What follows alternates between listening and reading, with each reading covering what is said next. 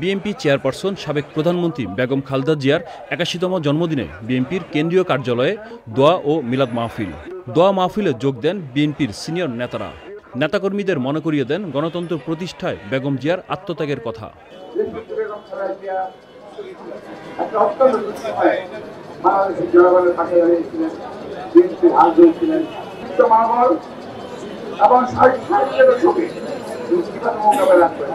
আগামী দিনে খালেদা জিয়ার হাত ধরেই গণতন্ত্রের উত্তরণ হবে বলে আশা প্রকাশ করেন নজরুল ইসলাম খান।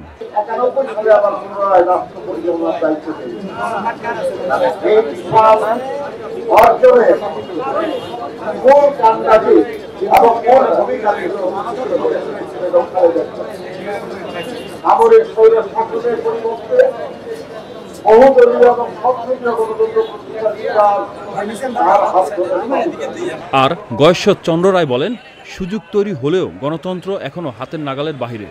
এখনো গণতন্ত্র আমাদের হাতের নাগালের বাইরে।